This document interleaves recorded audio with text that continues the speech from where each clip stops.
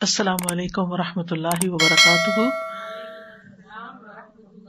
نحمده ونصلی علی رسولہ الکریم، اما بعد فاعوذ باللہ من الشیطان الرجیم، بسم اللہ الرحمن الرحیم، رب اشرح لی صدری ویسر لی امری واحلل عقدۃ من لسانی یفقہوا قولی۔ وَإِذَا سَأَلَكَ عِبَادِي عَنِّي فَإِنِّي قَرِيبٌ أُجِيبُ دَعْوَةَ الدَّاعِ إِذَا دَعَانِ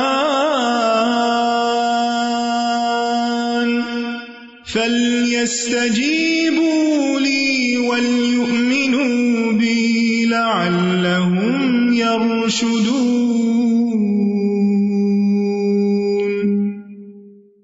اور جب میرے بندے آپ سے میرے بارے میں سوال کریں تو کہہ دیجئے، بے شک میں قریب ہوں، میں پکارنے والے کی پکار کا جواب دیتا ہوں۔ جب وہ مجھے پکارے تو ان کو چاہیے کہ وہ میرا حکم مانیں اور مجھ پر ایمان رکھیں تاکہ وہ ہدایت پائیں۔ فَاسْتَغْفِرُوهُ ثُمَّ تُوبُوا إِلَيْهِ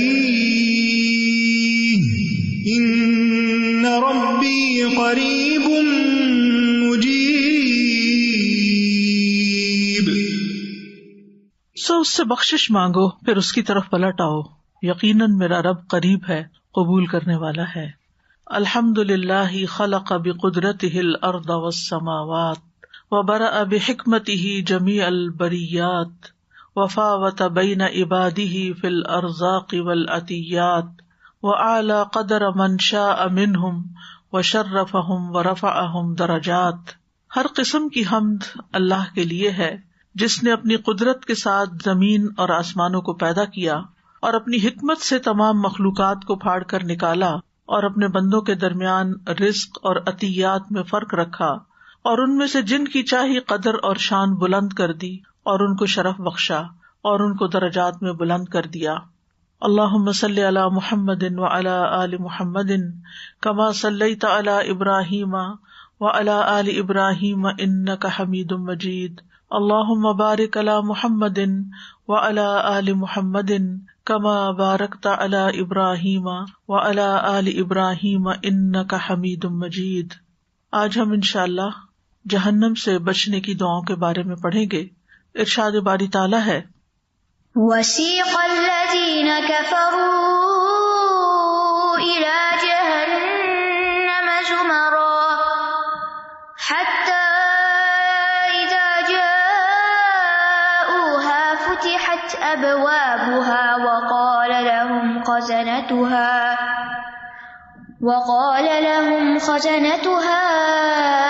أَلَمْ يَأْتِكُمْ رُسُلٌ مِّنكُمْ يَتْلُونَ عَلَيْكُمْ آيَاتِ رَبِّكُمْ وَيُنذِرُونَكُمْ لِقَاءَ يَوْمِكُمْ هَٰذَا قَالُوا بَلَىٰ وَلَٰكِنْ حَقَّتْ كَلِمَةُ الْعَذَابِ عَلَى الْكَافِرِينَ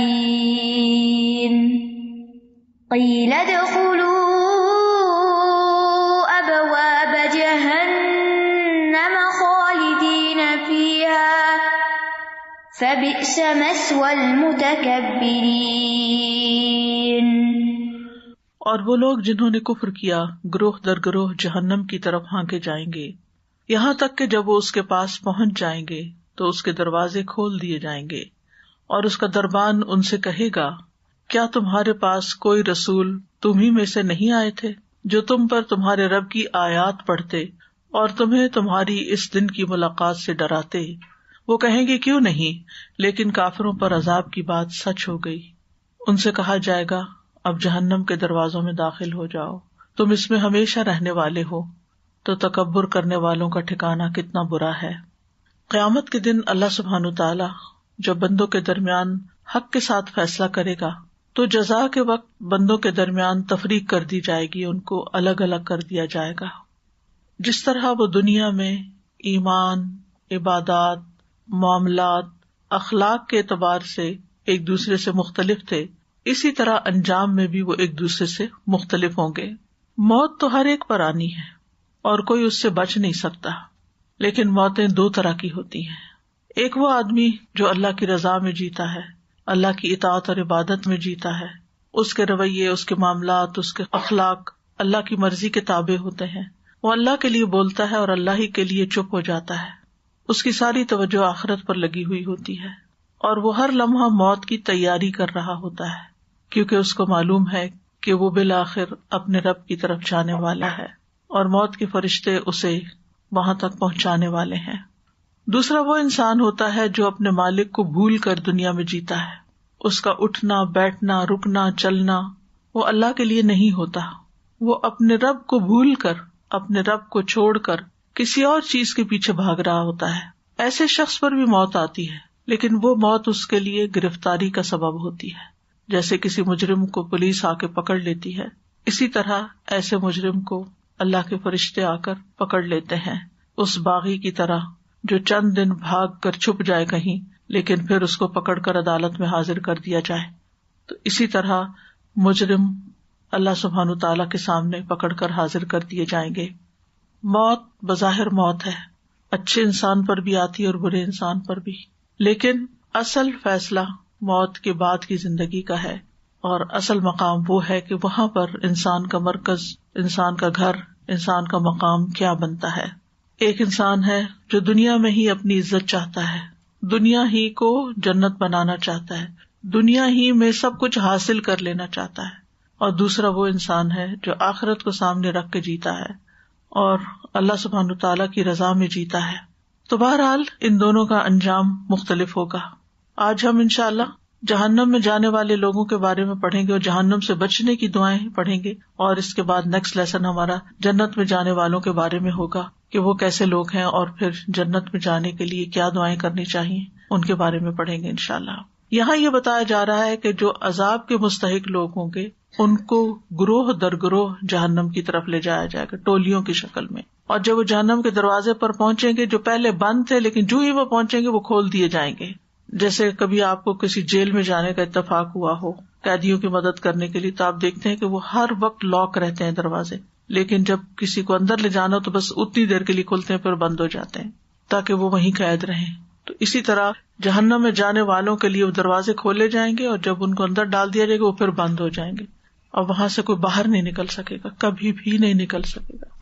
جب یہ لوگ جہنم کے دروازے پہ پہنچیں گے تو جہنم کے دربان ان لوگوں کو ڈانٹتے ہوئے پوچھیں گے کہ کیا تمہارے پاس رسول نہیں آئے تھے؟ تمہارے اندر سے کوئی تمہیں بتانے والا نہیں تھا جو رب کی آیات تم پر پڑھتا اور تمہیں اس دن کے انجام سے ڈراتا؟ وہ اقرار کریں گے کہ ہاں آئے تو تھے، انہوں نے بتایا بھی تھا، دلائل بھی دیے تھے، لیکن ہم نے ان کی مخالفت کی، ان کا مذاق اڑایا، ان کی بات مان کے نہیں دی اور ہم اپنی دنیا میں ہی مگن رہے.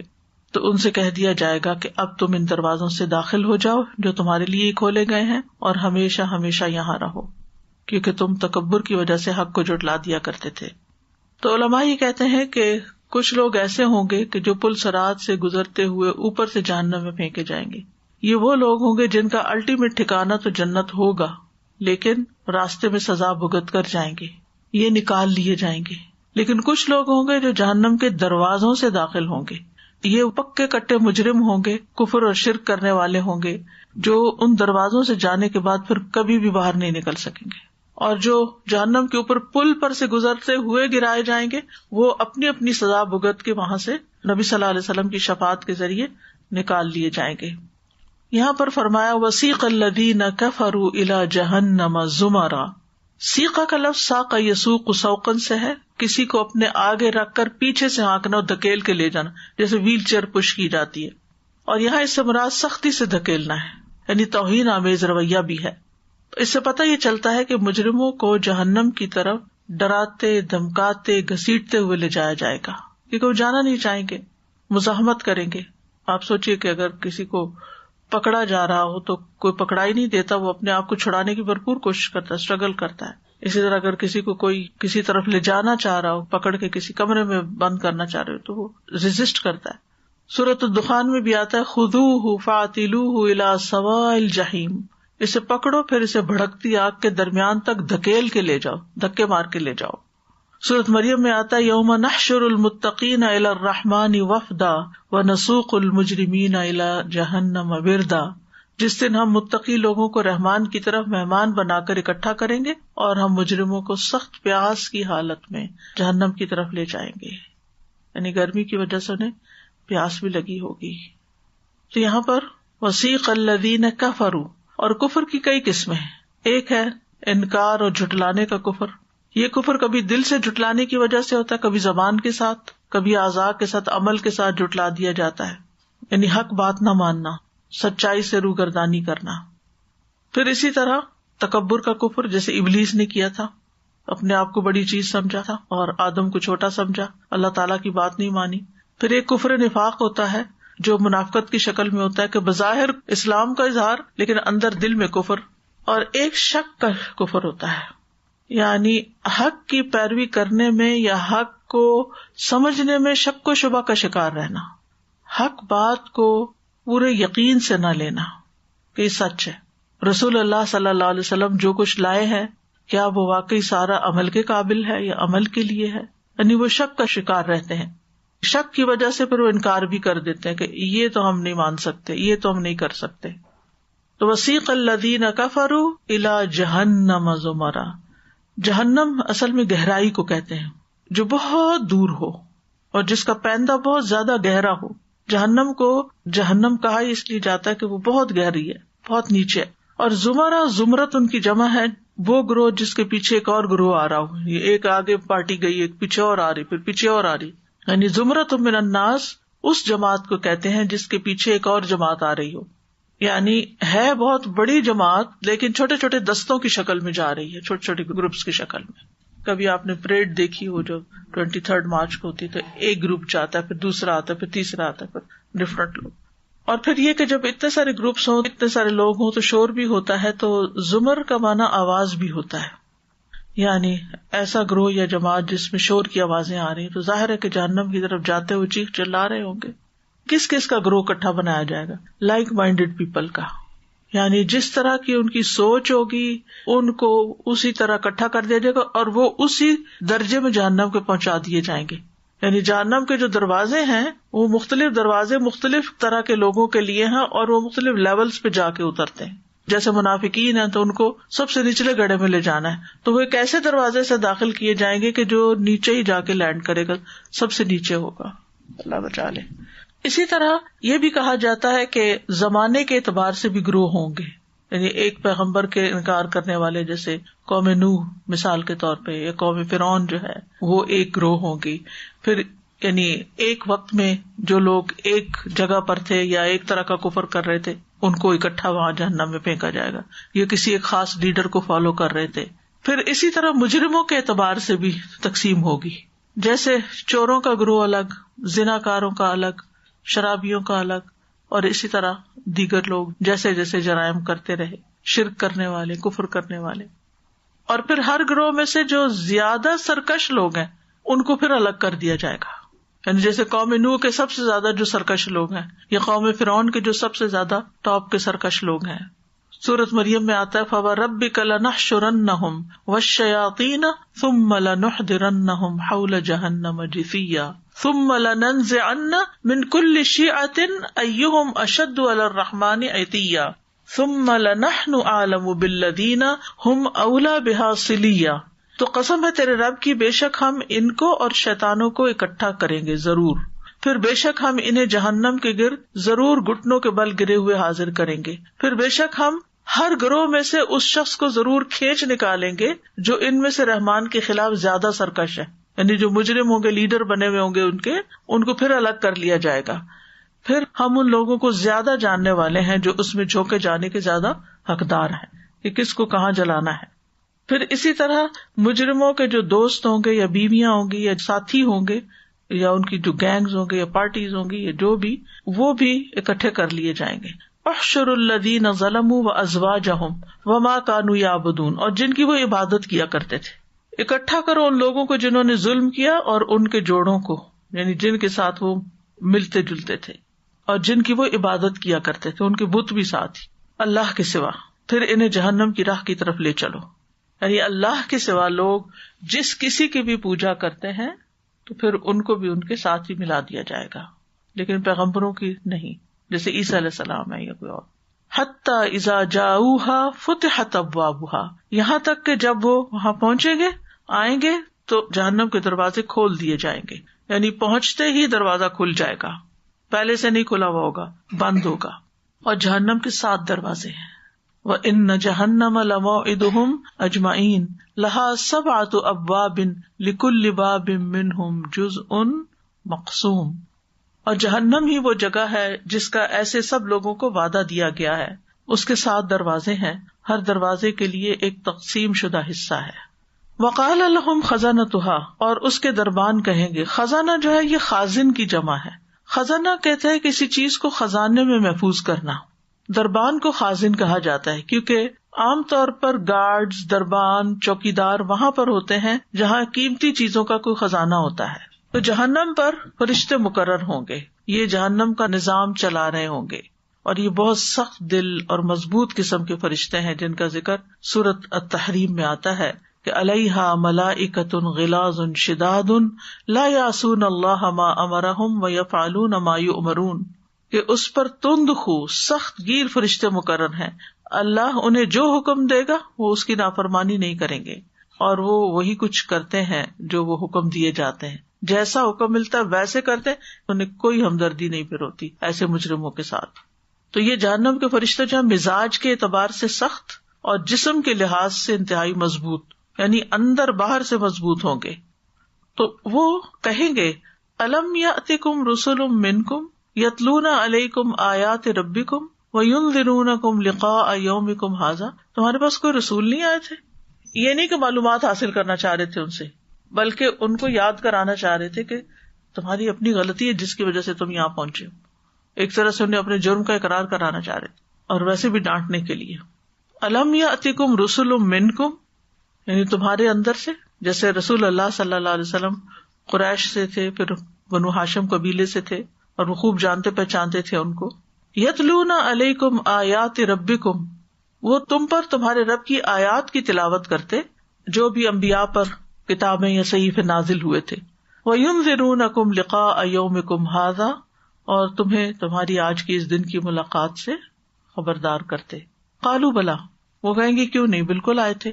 ولکن حقت کلمۃ العذاب علی الکافرین، لیکن کافروں پر عذاب کی بات چسپاں ہو گئی، یعنی ان کے کفر کی وجہ سے ان پر عذاب چسپاں ہو گیا، واجب ہو گیا.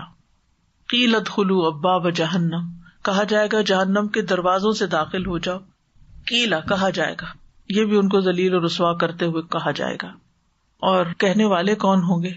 یہ جہنم کے داروغے ہوں گے. اور بعض علماء یہ کہتے ہیں کہ کون کہہ رہا ہوگا، یہ ان کو ڈرانے کے لیے کہا جا رہا ہے. یہ تمہیں نہیں پتا کہ وہ کیسی ہولناک آواز ہوگی اور کون یہ اعلان کر رہا ہوگا، کوئی خاص فرشتہ ہے یا کون ہے، یہ واضح نہیں کیا گیا یہاں پر، یہ کہنے والا کون ہوگا. خالدین فیہا، وہ اس میں ہمیشہ ہمیشہ رہیں گے، کبھی وہاں سے نہیں نکلیں گے، نہ ان کو کوئی مہلت ملے گی نہ ان کو کوئی بریک ملے گی. یعنی کفار کے لیے جہنم میں ہمیشگی ہے. اہل ایمان کو اگر سزا ملے گی تو وقتی طور پر ملے گی. فبئس مثوى المتکبرین، تکبر کرنے والوں کا کتنا برا ٹھکانہ ہے. کبر انسان کی اس حالت کو کہا جاتا ہے جس کی وجہ سے انسان عجب کا شکار ہوتا ہے، اپنے آپ کو پسند کرنے لگتا ہے، اپنے آپ کو بہتر خیال کرتا ہے اور دوسروں کو حقیر سمجھتا ہے. اور پھر دیکھیے، جو انسان اپنے آپ کو اچھا سمجھے اور دوسرے کو بے وقوف سمجھے یا دوسرے سب کو نالائق سمجھے یا لا علم یا نا سمجھ سمجھے، وہ ان کی کوئی بات سنے گا؟ یعنی جس بندے کو آپ کو اہمیت ہی نہ دیں، کچھ سمجھے ہی نہ، پھر کیا آپ اس کی بات سنیں گے؟ تو دوسری چیز پہلی کا نتیجہ ہے، اس تکبر کا نتیجہ ہے خود کو بڑا سمجھنے، خود کو زیادہ عقل مند سمجھنے، خود کو زیادہ لاجیکل سمجھنے کا نتیجہ ہے کہ پھر وہ دوسرے کی بات انہوں نے نہیں سنی، کسی کو سن کے نہیں دی. آپ نے دیکھا ہوگا کہ کچھ لوگ کوئی بات نہیں مان کے دیتے، آپ ان کو جہاں سے مرضی سمجھا دیں، دلیل دے دیں، پیار سے سمجھا دیں، کچھ کر لیں، انہوں نے نہ سننا ہوتا، نہ سمجھنا ہوتا، نہ ماننا ہوتا. اور یہ بہت ہی نقصان دہ عادت ہوتی ہے کہ انسان کسی کی بات سننے کو تیار نہ ہو. دیکھیے کتنی بڑی لڑائی ہو، جھگڑا ہو، آپس کے اختلافات ہوں، کچھ ہوں، اگر ایک دوسرے کے ساتھ ڈھنگ سے، بھلے طریقے سے، بھلے مانس ہو کر کمیونیکیشن شروع کر دینا تو بہت سی چیزیں ریزالو ہو جاتی ہیں. لیکن اگر آپ میں نہ مانوں، میں نہ سنوں، مجھے مت سناؤ، میں نے نہیں سننا، میں نے نہیں ماننا، پہلے سے انسان ٹھان لے، تو چاہے ہسبینڈ وائف کے ریلیشن شپ ہوں، چاہے ماں اور بچے کے ہوں، چاہے دوستوں کے ہوں، چاہے کسی کے ساتھ بھی ہوں، اصلاح نہیں ہو سکتی. سادہ جی آج کل کے جو حالات ہیں، لوگ ماننے کو تیار نہیں ہوگا کہ بیچ میں کوئی صلح کرانے کے لیے آتے ہیں دو شادی شدہ لوگوں کے بیچ میں، وہ کہتے ہیں آپ کے گھر سے کوئی ہمیں کوئی فون نہ کرے، کوئی نہ ہمیں بلاک کر دیتے ہیں. ہاں جی، دھمکی کہ آپ کو ہم بلاک کر دیں گے. بھئی آپ بات کریں گے تو بات سلجھے گی نا. ہم کسی اور کو تو نہیں کہہ سکتے سڑک پہ جاتے ہوئے کہ ہمارے گھر کے مسئلے حل کر دو. انہی میں سے لوگوں نے آپ کو کانٹیکٹ کرنا ہے، ایک نے جھکنا ہے اور ایک نے پھر ایکسپٹ کرنا ہے. تو یہ جو تکبر ہے نا، یہ تو الٹیمیٹ دنیا بھی بگاڑتا ہے، دنیا کا بھی نقصان ہوتا ہے اور آخرت کا بھی. تو یہاں پر اللہ تعالیٰ جو فرما رہے نا، یعنی جہنم میں جانے والوں کا سب سے بڑا مسئلہ کیا ہے؟ فبئس مثوى المتکبرین، کہ ان کے اندر تکبر ہے اور اس تکبر کی وجہ سے اپنے آپ کو بڑی چیز سمجھتے ہیں. جہنم میں لے جانے کا سب سے بڑا سبب یہی ہے. تو اللہ سبحانہ تعالیٰ نے ان کے باری باری سارے گناہ نہیں گنوائے کہ وہ یہ کرتے ہیں، وہ یہ کرتے ہیں، وہ جو اصل سبب ہے نا سارے گناہوں کا، اس کی نشاندہی کر دی، اور وہ ہے تکبر. اسی لیے تو پیغمبروں کی بات نہیں سنی، اسی لیے تو لا الہ الا اللہ نہیں پڑھی. اور جس انسان کی ایگو بڑی ہو جاتی ہے وہ خسارے میں رہتا ہے. یعنی آپ دوسرے کی بات سمجھنے کی کوشش کریں، وہ کیوں آپ کو نصیحت کر رہا ہے، کیوں کہہ رہا ہے کوئی بات. پہلے سے ہی آپ گمان کر لیتے ہیں کہ یہ مخلص نہیں ہو سکتا، یہ اس کا کوئی اپنا مفاد ہے، یہ اپنے کسی مطلب کے لیے کر رہا ہے، یا یہ کہ اگر وہ آپ کو سمجھا رہا ہے اور آپ کا ساتھ نہیں دے رہا، کسی دوسرے کی حمایت کر رہا ہے. بعض اوقات ایسا ہوتا ہے نا، ہسبینڈ وائف کے درمیان میں جھگڑا ہے تو انسان ایک کو سمجھاتا ہے کہ دیکھو وہ تمہارے لیے اتنا کچھ کر رہا ہے تو تم تھوڑا سا نرمی اختیار کرو، نہیں تو آپ تو اس کی سائڈ لے رہے ہیں. فیوریٹزم ہے، ہم آپ کی بات کیوں سنیں کیونکہ آپ تو ان کی سائڈ لے رہے ہیں. آپ ہماری سائڈ لیں، ہماری ہی ساری سنیں، پھر تو ہم سننے کو تیار ہیں. لیکن اگر آپ کسی اور کو فیور دیتے تو پھر ہم آپ کی بات نہیں سن سکتے. ایسے رویے جو ہیں یہ انسان کی زندگی، اس دنیا کو بھی جہنم بنا دیتے ہیں، اور پھر جو کچھ انسان اس دنیا میں کرتا ہے وہی اس کو آخرت میں دیکھنا پڑے گا. تو یہ لوگ حق کا انکار کرتے تھے اور لوگوں کو حقیر سمجھتے تھے. تو اللہ سبحانہ تعالیٰ کا انکار بھی تکبر ہے. سورۃ صافات میں آتا ہے انہم کانوا اذا قیل لہم لا الہ الا اللہ یستکبرون. یہ ایسے لوگ تھے کہ جب ان سے کہا جاتا تھا کہ لا الہ الا اللہ پڑھو تو وہ تکبر کرتے تھے کہ ہمیں نہیں پڑھنا یہ کلمہ. پھر اسی طرح رسولوں کا انکار بھی تکبر میں شمار ہوتا ہے. افکلما جاءکم رسول بما لا تہوی انفسکم استکبرتم. پھر کیا جب کبھی تمہارے پاس کوئی رسول وہ چیز لے کے آئے جسے تمہارے دل نہیں چاہتے تھے تو تم نے تکبر کیا. یعنی اب آیت تو کسی اور کے بارے میں ہے، لیکن آج آپ دیکھیں کہ جب کوئی چیز سنت سے ہماری خواہشات کے خلاف جاتی ہے تو پھر ہم کیا کہتے ہیں. یہاں پر آپ الفاظ دیکھیے نا، جب کبھی کوئی رسول تمہارے پاس وہ چیز لے کر آیا بما لا تہوی انفسکم، جو تمہارے نفس کی خواہشات کے خلاف تھا، جس کو تمہارے نفس پسند نہیں کرتے تھے، استکبرتم، تو تم نے تکبر کیا، اسے قبول نہیں کیا. ففریقاً کذبتم، پیغمبروں کے ایک گروہ کو تم نے جھٹلا دیا، وفریقاً تقتلون، اور ایک گروہ کو قتل کرتے رہے. اسی لیے آپ دیکھیں کہ بعض اوقات علماء کو، دین کی بات کرنے والوں کو قتل تک کر دیا جاتا ہے. انبیاء کی تو واقعات ہم جانتے ہی، بنی اسرائیل کے بے شمار انبیاء کو، یہ انہی کے بارے میں بات ہے، وہ مسلمان قوم تھی تو اپنے انبیاء کو قتل کر دیتے تھے. آج مسلمانوں کے اندر بھی آپ دیکھیں کہ مسجدوں کی حرمت نہیں، علماء کی حرمت نہیں. خود مسلمان ملکوں میں یہ سب کچھ ہو رہا ہے کہ ہمیں کوئی نصیحت نہ کرے، ہمیں کوئی ہماری غلطی کے بارے میں نہ بتائے. آج کل اگر ویسے قتل نہ کرے تو کیریکٹر اسیسینیشن کر دیتے ہیں تاکہ ان کا ہونا نہ ہونا لوگوں کے لیے برابر ہو. فیک ویڈیوز بنا کے اور عزت کا قتل کر دیتے ہیں. تو ان آیات سے جو بات پتہ چل رہی ہے وہ یہ کہ کفار کو جہنم کی طرف توہین کرتے ہوئے لے جایا جائے گا، یعنی ان کو دھکے دے کر لے جایا جائے گا. پھر یہ کہ اللہ تعالیٰ اپنی مخلوق کا جو بھی انتظام ہے وہ انتہائی نظم و نسق کے ساتھ چلاتے ہیں. یعنی اللہ تعالیٰ نے جہنم پر فرشتے بھی مقرر کیے ہوئے ہیں اور ان کے سارے انتظام کیے ہوئے ہیں، اور کس لیول پر کس مجرم کو ہونا ہے اور کہاں سے کون بھیجا جائے گا اور کس گروہ میں کون سے لوگ شامل کیے جائیں گے، ساری اللہ سبحانہ تعالیٰ کی پلاننگ ہے. پھر رسولوں کو انسانوں کے اندر سے بھیجا گیا منکم، تاکہ ان پہ حجت تمام کی جائے. پھر یہ کہ جہنم جو ہے بئس مثوی، بدترین ٹھکانہ ہے، سب سے بدترین رہائش گاہ ہے، اور متکبر کا ٹھکانہ آگ ہے، اور تکبر سے بچنا ضروری ہے کیونکہ انہی کے لیے یہاں پر وعید ہے.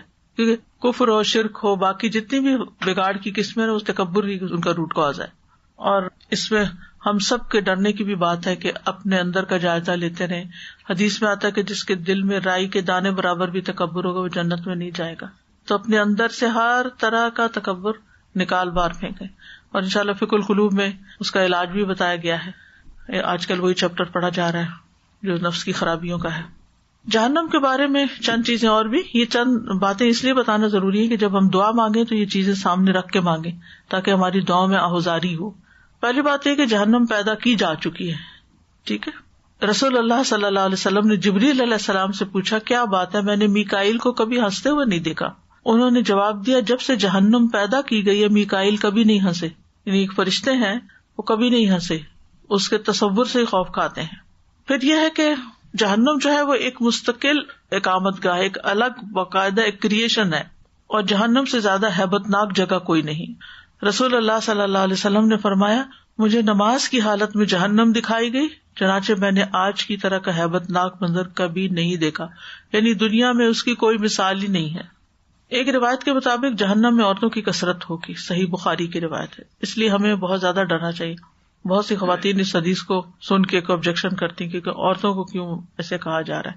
یہ بتایا گیا تو یہ ہماری بھلائی کے لیے بتایا گیا کہ ہم ایکسٹرا کانشیس ہوں، اس بات کا علم حاصل کریں کہ کیوں زیادہ جانے والی ہیں. نبی صلی اللہ علیہ وسلم نے فرمایا میں نے جنت میں جھانک کر دیکھا تو وہاں اکثریت فقراء کی تھی، یعنی دنیا میں جن کے پاس بہت نہیں تھا، غربت کی حالت میں رہے. عام طور پہ تو لوگ ان کو حقیر ہی سمجھتے ہیں، لیکن ان کا صبر اور ان کی محنت اور پھر اس کے ساتھ اللہ کی عبادت. اور جہنم میں جھانکا تو وہاں زیادہ تر عورتیں تھیں. اس سے میں نے یہ دیکھا ہے کہ جو نبی صلی اللہ علیہ وسلم نے 2 وجوہات بتائی ہیں، ایک ان کا ناشکرا پن اور ایک زبان کا غلط استعمال. اور یہ چیزیں واقعی ہیں. بہت کم خواتین میں نے دیکھی ہیں جو شوہر کی تعریف کریں، جو شوہر کو اپریشیٹ کریں. زیادہ تر لوگوں کو شکوہ ہی رہتا ہے، شکایت ہی رہتی ہے. ان کی اچھی باتوں کو بھلا کر اگر وہ ذرا سی ان کی طرف سے کوئی تکلیف پہنچے، جب تک 4 لوگوں کو سنا نہ بیٹھے تو چین نہیں آتا ان کو. ٹھیک ہے، ہر گھر میں کچھ نہ کچھ کمی بیشی ہو جاتی ہے، لیکن بلا وجہ ان کی شکایتیں دائیں بائیں آگے پیچھے نہیں کرنی چاہیے. آپ اپنے بارے میں سوچیں، میں بھی اور آپ بھی، کہ ہمارا اپنے ہی خاندان میں، کیونکہ باہر کے لوگوں کو تو زیادہ نہیں پتا ہوتا ہم گھر میں کیسے رہتے ہیں، ہمارے اپنے گھر کے اندر بچوں کے سامنے، ہمارے ایکسٹینڈیڈ فیملی کے سامنے ہمارا کیا امیج ہے کہ ہم ایک شکر گزار بیوی ہیں یا نہیں. تو یہیں سے پتہ چل جائے گا کہ ہم کس کیٹیگری سے تعلق رکھتے ہیں. کیونکہ جو باتیں ہوتی ہیں نا چھوٹی موٹی، پھر سب سے پہلے تو ماں بچوں کے سامنے باپ کی شکایت لے کے بیٹھ جاتی، اور بچے دل سے ایکسپٹ کوئی نہیں کر رہے ہوتے. یہ میں آپ کو بتاؤں، اوپر سے ہاں کر بھی دیں، لیکن وہ خود بھی جو دیکھ رہے ہوتے ہیں نا اسی دماغ کے ہوتے ہیں. اور جب ان کو موقع ملتا ہے اپنا اظہار خیال کر دیتے ہیں اور باپ کی تعریف میں کچھ کہہ دیتے ہیں، پھر عورتیں اور ٹوٹتی ہیں کہ اتنا پروپیگنڈا کیا تھا، کوئی فائدہ ہی نہیں ہوا. یہی نہیں ہے اپنے. میں ایک امریکن ریسرچ دیکھ رہی تو اس میں یہی تھا کہ جو مائیں بچوں کو یہ کہتی ہیں نا کہ تمہارے باپ نے میرا ایسا کیا وہ اچھا نہیں ہے، کہتے ہیں بچوں میں سمپیتھیٹک سسٹم آن ہو جاتا ہے، جس کی وجہ سے وہ ہارمونز بلاک ہو جاتے ہیں جو گروتھ کے لیے ریکوائرڈ ہوتے ہیں. تو پھر ایسے بچوں کے جو برین سائز ہوتے ہیں وہ نارمل بچوں کے مقابلے میں کم ہوتی ہے، کیونکہ وہ گروتھ ہارمون ریلیز ہی نہیں کرتے. اور جو گروئنگ ایج ہوتی ہے اگر اس میں نہ ریلیز کیے جائیں تو بچے کے مائنڈ جو ہوتا ہے، وہ جو آئی کیو ہوتا ہے، وہ ہمیشہ کم رہتا ہے باقی بچوں کے مقابلے میں. تو اس ایک چیز کا اثر کتنا بچوں پہ پڑ رہا ہوگا، اور پھر نسلوں پہ. وہ جو بچے بڑے ہوتے ہیں وہ آگے پھر اور دوبارہ وہ سائیکل چل پڑتا ہے. اس کی بھی روٹ کاز تکبر ہی ہے. بالکل، کیونکہ وہ اپنے آپ کو نمایاں کرنے کے لیے، آپ بڑے کیسے بنیں گے اگر باپ کو نہیں گرائیں گے تو، اس کا امیج خراب نہیں کریں گے تو بہرحال استغفار کرنا چاہیے. پھر یہ کہ جہنم کی وسعت، ایک چٹان نیچے گری جو 70 برس تک پہنچی، جس کی آواز آپ نے صحابہ کو بتائی کہ یہ جہنم کے اندر گرنے والی چٹان ہے. پھر جہنم کی آگ کی شدت، نار اللہ الموقدہ، بھڑکتی آگ ہے، جلائی ہوئی آگ ہے. دنیا کی آگ جہنم کا 70واں حصہ ہے. جہنم کی آگ سیاہ ہے. ابو ہریرہ کہتے ہیں کیا تمہارا خیال ہے کہ وہ تمہاری اس دنیا کی آگ کی طرح سرخ ہے؟ وہ تو تارکول سے بھی زیادہ سیاہ ہے.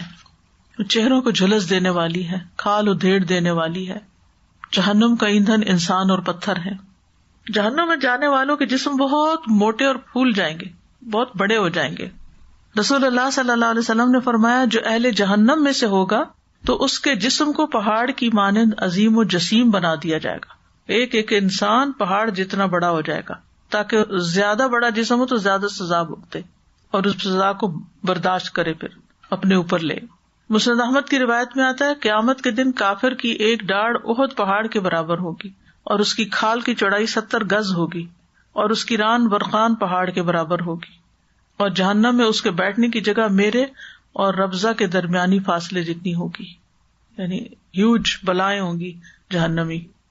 ان کا کھانا زقوم ہوگا، ابلتا پانی ہوگا، کھولتا پانی، زخموں سے بہنے والا خون اور پانی ہوگا، غسلین، اور آنتے کاٹ دینے والا کھولتا ہوا پانی ہوگا.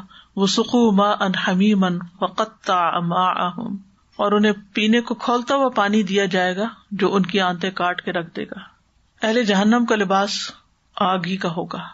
فالذین کفروا قطعت لهم ثیاب من نار، یعنی آگ کی لپٹیں ہی انہیں ڈھانکے ہوئے ہوں گی، وہی ان کا لباس ہوگا. آگ کے ہی جوتے ہوں گے، آگ کے تسمے، آگ ہی کے بستر، آگ ہی کے لحاف. لہم من فوقہم ظلل من النار ومن تحتہم ظلل، اوپر بھی آگ کے سائبان ہوں گے اور نیچے بھی کچھ دکھائی نہیں دے گا. طوق اور زنجیریں بھی ہوں گی، یعنی قید خانہ تو ہے ہی جہنم، لیکن طوق اور زنجیریں بھی ہیں. پھر زہریلی لو بھی ہے. واصحاب الشمال ما اصحاب الشمال فی سموم وحمیم، یعنی سانس لینے کے لیے کوئی اچھی ہوا نہیں ہوگی بلکہ زہریلی لو ہوگی اور کھولتے ہوئے پانی میں ہوں گے. سانپ اور بچھو ہوں گے، ان کی آوازیں گدھوں کی طرح ہوں گی، چیخنا دھاڑنا.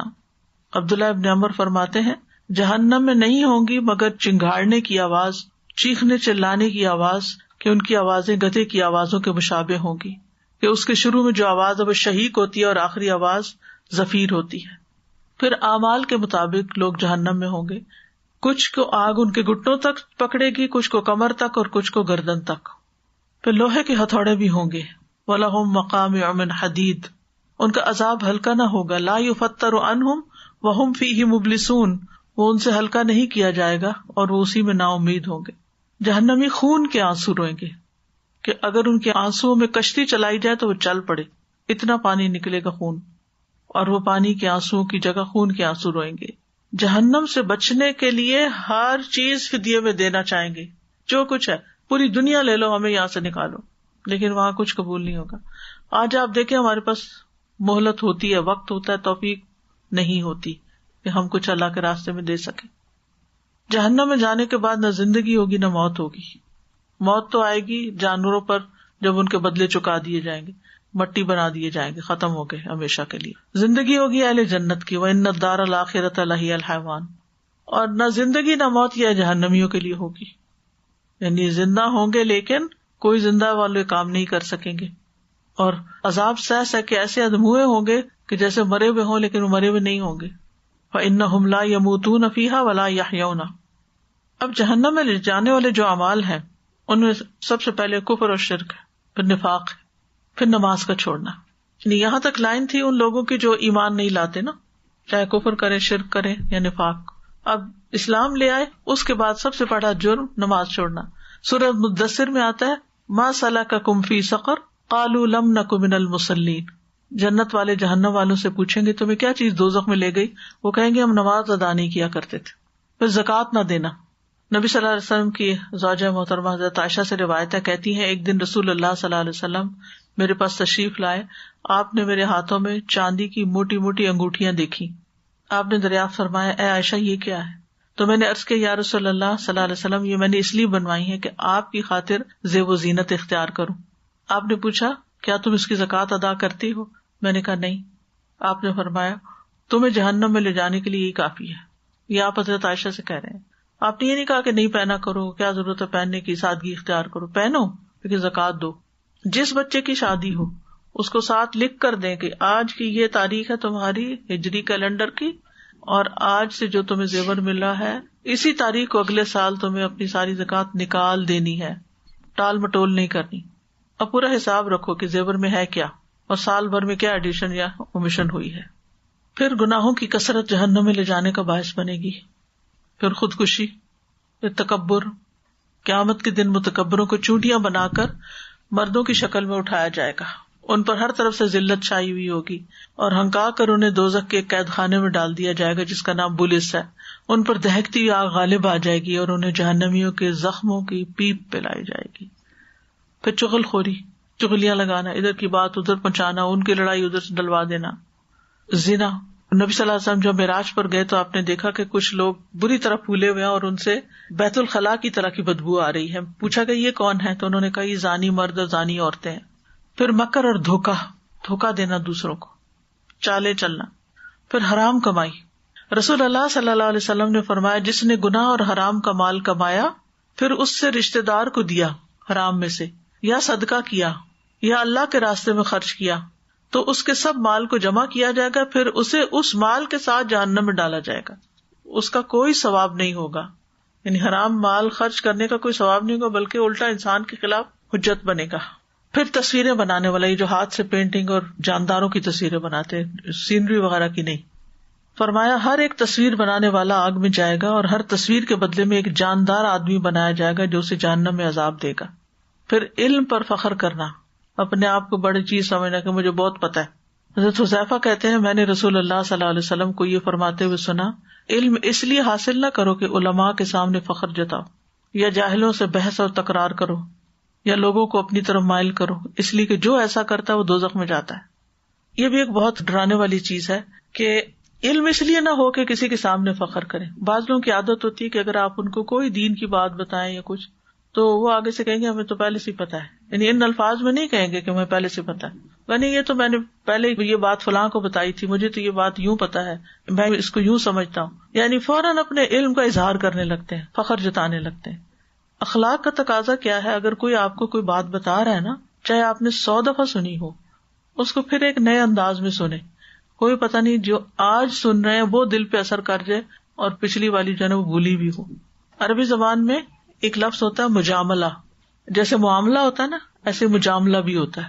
مجاملہ ہوتا ہے کہ آپ کو پتا ہے ایک بات لیکن کوئی سنا رہے. کچھ لوگوں کی عادت ہوتی ہے نا ہر وقت وہ ماضی کے قصے سناتے ہیں. کچھ لوگ رہتے ہی پاسٹ میں ہیں، کچھ لوگ فیوچر کی اینگزائٹی لیے بیٹھے رہتے ہیں، کچھ ماضی کے قصے سناتے رہتے ہیں.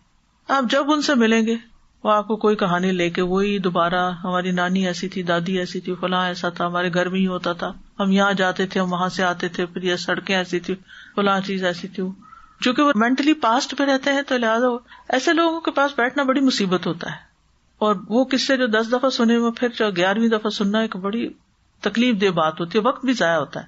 لیکن بعض اوقات وہ کوئی قریب ہی گھر کا ہی کوئی فرد ہو سکتا ہے، کوئی اپنی نانی دادی ہو سکتی ہیں کہ جن کو اب اور کچھ یاد نہیں سوائے اپنے پاسٹ کے، ان کے ڈیمنشیا ہو گیا یا کچھ ہو گیا. کچھ مینٹل النیسز ایسی ہوتی ہیں کہ جس میں پچھلی پرانی باتیں یاد ہوتی ہیں اور اب کی یاد نہیں ہوتی. اب وہ اپنی عادت سے مجبور ہیں.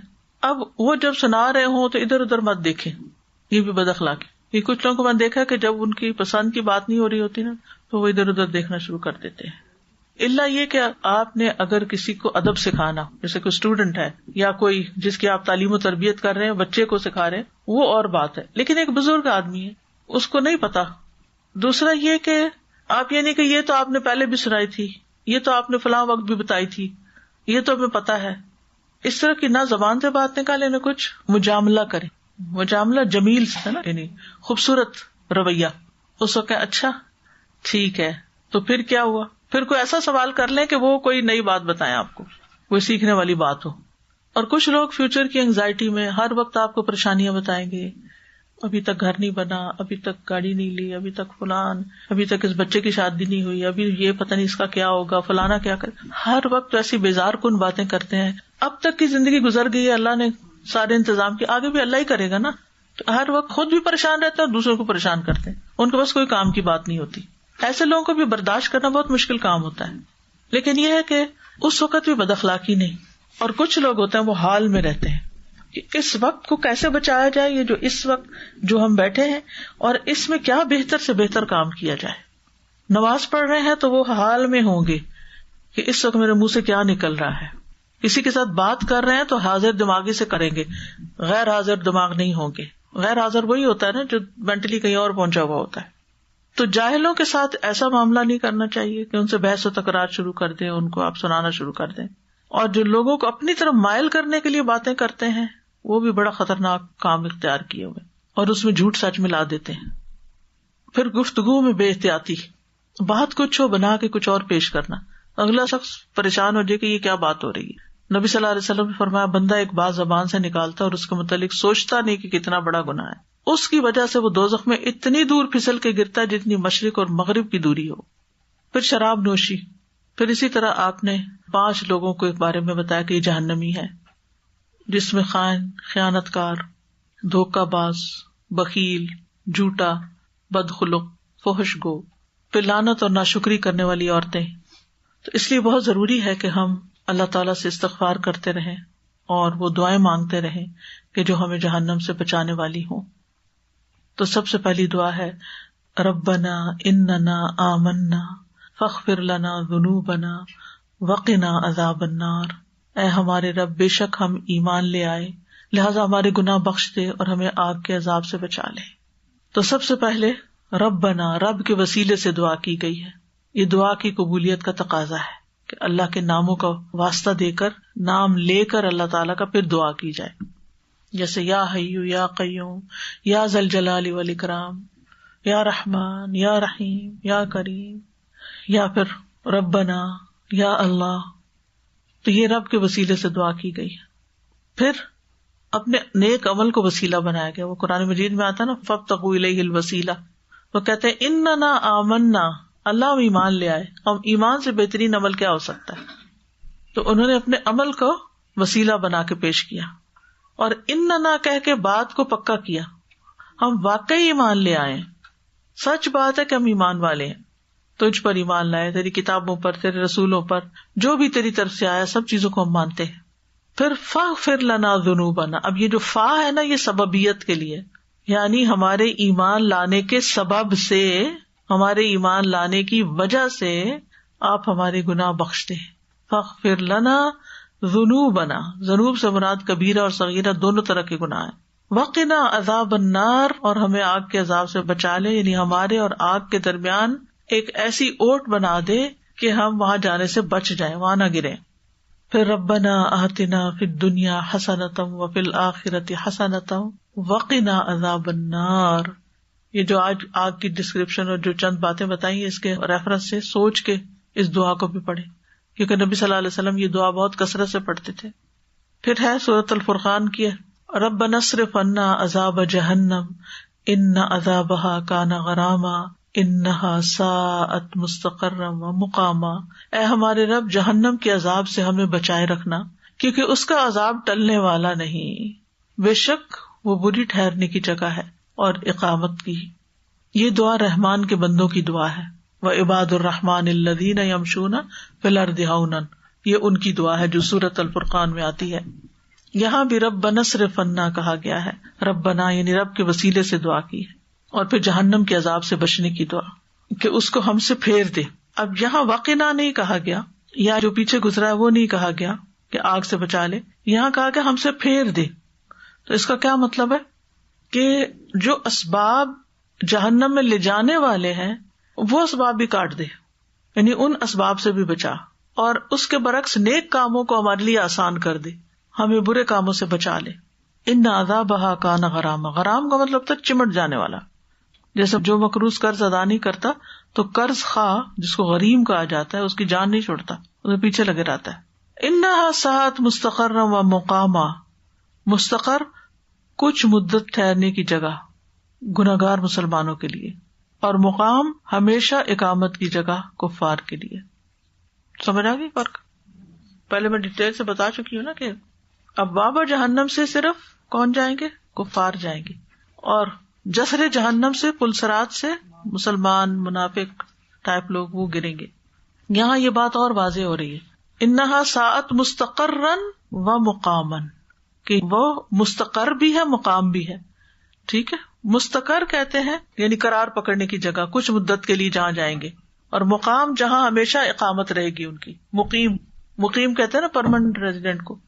پھر ہے ربنا ما خلقت ھذا باطلا سبحانک فقنا عذاب النار. ربنا انک من تدخل النار فقد اخزیتہ وما للظالمین من انصار. اے ہمارے رب، تو نے یہ سب کچھ بے مقصد نہیں بنایا، سو ہمیں آگ کے عذاب سے بچا لے. اے ہمارے رب، بلا شبہ تو جسے آگ میں ڈالے تو یقیناً تو نے اسے رسوا کر دیا، اور ظالموں کے لیے کوئی مددگار نہیں. یہ عقل مند لوگوں کی دعا ہے. سبحان اللہ. یہ دعا جو ہے نا، یہ صرف لفظوں سے پڑھنے والی نہیں ہے، یعنی کہ یہ آپ کے دل سے نکلنے والی ہے کہ آپ غور کرتے ہیں کسی چیز پر، نیچر کی کوئی پتا ہے، کوئی پھول ہے، کوئی پتی ہے، کوئی دریا ہے، کوئی پہاڑ ہے، کوئی مٹی ہے، کوئی پرندہ ہے. کسی بھی اللہ تعالیٰ کی مخلوق پر غور کرتے ہیں جب، یا آسمانوں کو دیکھتے ہیں یا زمین کو دیکھتے ہیں، تو آپ کہاں اٹھتے ہیں کہ یہ کیسے بنا لیا اللہ تعالیٰ نے اور کیوں بنایا. تو آپ کے دل سے اٹھتا ہے کہ جو اتنا عقل مند ہے، اتنی سمجھ رکھتا ہے، وہ ان سب چیزوں کو ایسے بیکار نہیں بنا سکتا. ضرور ان کا کوئی پرپز ہے. پہلے زمانے میں تو لوگوں کو نہیں پتا چلتا تھا کہ مختلف علاقے میں مختلف پرندے یا چیونٹیاں یا کیڑے مکوڑے کیوں پائے جاتے ہیں. اب تو لوگوں نے اس کو فگر آؤٹ کر لیا ہے کہ اس علاقے کی مخصوص زمین کے لیے وہ ضروری ہوتے ہیں، پرندوں کے لیے ضروری ہوتے ہیں. وہ پورا ایک سائیکل ہوتا ہے نا. تو ربنا ما خلقت ھذا باطلا، ایک چھوٹا سا بھی کیڑا ہے نا جو ہمیں لگ رہا ہے کہ اس کا کیا فائدہ ہے، اس کا کیا، مارو اس کو پرے، لیکن اس کا بھی زندگی کا کوئی پرپز ہے، وہ بھی کچھ کرنے آیا ہے. تو ربنا ما خلقت ھذا باطلا، تو نے یہ ایک چیونٹی بھی بیکار میں نہیں پیدا کی، بے مقصد نہیں پیدا کی. سبحانک، تو پاک ہے اس سے، کس سے کہ تو کو بیکار کام کرے. فقنا عذاب النار، ہمیں آگ کے عذاب سے بچا لے، کیونکہ آپ کامل ہیں، ہم ناقص ہیں، ہم تیری عبادت کا حق ہی ادا نہیں کر سکتے. ربنا انک من تدخل النار فقد اخزیتہ وما للظالمین من انصار. پھر وجہ بتا دی کہ ہمارے رب جسے تو نے آگ میں داخل کیا اس کو تو بہت رسوا کر دی. یعنی سزا تو اپنی جگہ، لیکن جو ساری مخلوق کے سامنے بے عزتی ہونے والی ہے، اس سے بڑی کوئی بے عزتی نہیں، اس سے بڑی کوئی رسوائی نہیں. ایک شخص دنیا میں کتنا بھی پاپولر ہو، کروڑوں فینز ہوں اس کے، بہت اس پہ جان دینے والے ہوں. پچھلے دنوں کسی نے ایک چھوٹی سی وہ کلپ بھیجی جس میں ایک انڈین شخص تھا. وہ جب ٹرمپ کو کووڈ ہوا تھا تو اس کو بہت زیادہ شاک لگا تھا، کیونکہ وہ ٹرمپ کو گاڈ مانتا تھا اور اس نے اپنے گھر میں بہت بڑا اس کا بت بنا کے رکھا ہوا تھا اور اس کی پوجا کرتا تھا. اور ٹرمپ تو 3 دن کے بعد صحت مند ہو گیا اور وہ اللہ کو پیارا ہو گیا. مجھے قرآن مجید کی کچھ آیات جو ہے نا، وہ ہمیشہ میں ان پہ رکتی تھی کہ اتنا ان کا ذکر بار بار آتا ہے کہ لوگ کہیں گے ربنا انا اطعنا سادتنا و کبراءنا فاضلونا، یہ ہمارے بڑے ہیں، ان کی ہم نے بات مانی، انہوں نے ہمیں گمراہ کر دیا.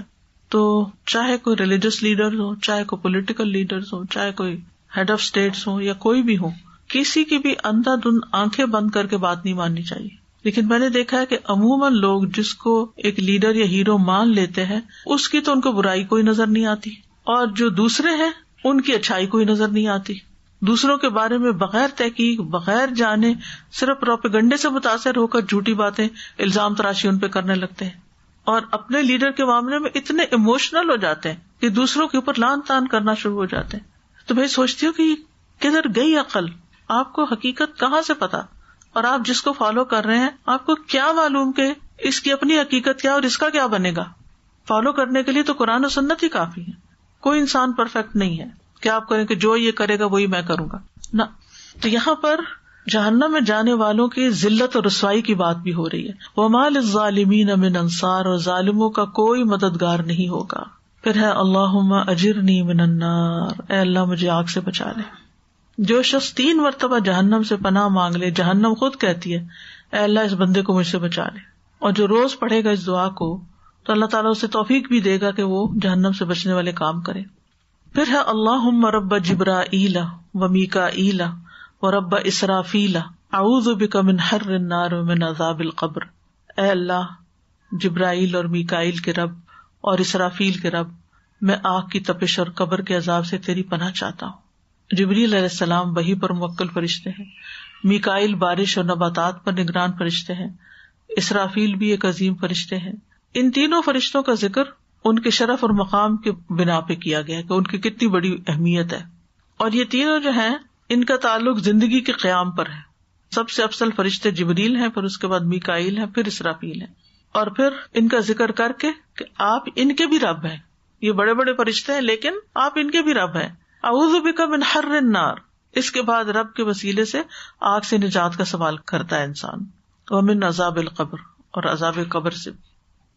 اللہم انی اعوذ بک من الکسل والحرم والمأثم والمغرم ومن فتنة القبر وعذاب القبر ومن فتنة النار وعذاب النار. اے اللہ بے شک میں تیری پناہ چاہتا ہوں سستی سے، بہت زیادہ بڑھاپے سے، گناہ سے، قرض سے، قبر کی آزمائش سے، قبر کے عذاب سے، اور آگ کی آزمائش سے اور آگ کے عذاب سے. استغفر اللہ. کسل کہتے ہیں کسی کام پر قدرت ہونے کے باوجود اس کو بوجھل خیال کرتے ہوئے نہ کرنا. مجھ سے نہیں ہوتا، بہت مشکل ہے، حالانکہ اتنا مشکل ہے نہیں. حرم کہتے ہیں اتنا عمر رسیدہ ہونا کہ انسان کی قوتیں کمزور ہو جائیں، اتنا بوڑھا کہ نہ دیکھ سکے، نہ سن سکے، نہ بول سکے، نہ کچھ کر سکے.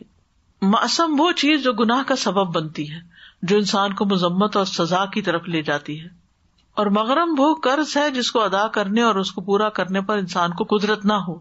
ایک قول یہ ہے کہ یہ محض قرض سے پناہ مانگنا ہے، چاہے انسان کو قدرت ہو یا نہ ہو اس کو ادا کرنے کی. فتنۃ القبر اور عذاب القبر دو الگ الگ باتیں کی گئی ہیں. فتنۃ القبر سے مراد قبر کے سوالات ہیں جو منکر نکیر کریں گے اور مومن کو ہی بس نجات ملے گی اس سے. اور عذاب القبر کا مطلب ہے کہ وہ جو جواب نہ دے پائے یا جس کے صحیح نہ ہو پورے، اس کو جو سزا اس کے بعد ملے گی. ومن فتنۃ النار، آگ کے فتنے سے، یعنی ایسا فتنہ جو آگ میں لے جانے کا سبب بنے. وعذاب النار، اور فتنے کے بعد آگ میں جلنے کا عذاب. یعنی دو الگ الگ چیزیں. پھر ہے اللہم انی اعوذ بک من عذاب جہنم ومن عذاب القبر ومن فتنۃ المحیا والممات ومن شر فتنۃ المسیح الدجال. اے اللہ میں تجھ سے جہنم کے عذاب اور قبر کے عذاب اور زندگی اور موت کے فتنے اور مسیح دجال کے فتنے کے شر سے پناہ مانگتا ہوں. اس دعا کو تشہد میں مانگنے کا حکم ہے. رسول اللہ صلی اللہ علیہ وسلم نے فرمایا جب تم میں سے کوئی تشہد پڑھ لے تو وہ اللہ سے 4 چیزوں کی پناہ مانگے. اس وقت یہ دعا پڑھنی چاہیے درود شریف پڑھنے کے بعد.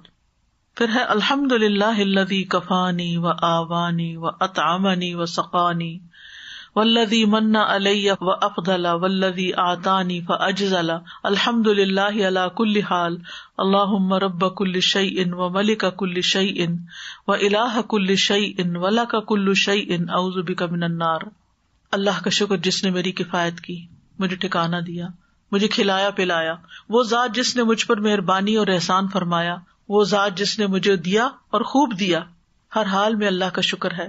اے اللہ جو ہر چیز کا رب ہے اور ہر چیز کا مالک اور ہر چیز کا معبود، ہر چیز تیری ہی ملکیت میں ہے، میں آگ سے تیری پناہ مانگتا ہوں. اتنی بات کرنے کے بعد پہلے اللہ کی نعمتوں کا ذکر کیا، شکر ادا کیا، الحمدللہ علی کل حال، اور پھر اللہ تعالیٰ کی تعریف کی، اور اس کے بعد آخر میں اپنی فریاد رکھ دی کہ اللہ مجھے آگ سے بچانا. اس سے یہ پتہ چلتا ہے کہ مومن کسی بھی وقت اپنے انجام کو نہیں بھولتا. جہاں وہ دنیا میں اللہ کی نعمتیں یاد رکھتا ہے اور ان پہ شکر ادا کرتا ہے، وہاں وہ آخرت کے انجام کے بارے میں فکر مند رہتا ہے. تقریباً تمام ہی دعائیں جو ہیں یا تو رات کو سوتے وقت کے اذکار میں شامل ہیں یا پھر تہجد کے اذکار میں شامل ہیں. یہ بھی مسند احمد کی دعا ہے کہ جب نبی صلی اللہ علیہ وسلم اپنے بستر پر جا کر لیٹتے تو یوں کہتے الحمد للہ الذی کفانی و آوانی الحمد للہ الذی اطعمنی و سقانی الحمد للہ الذی من علی فافضل اللہم اسألک بعزتک ان تنجینی من النار. ساری تعریف اللہ کے لیے جس نے میری کفایت کی اور مجھے ٹھکانہ دیا.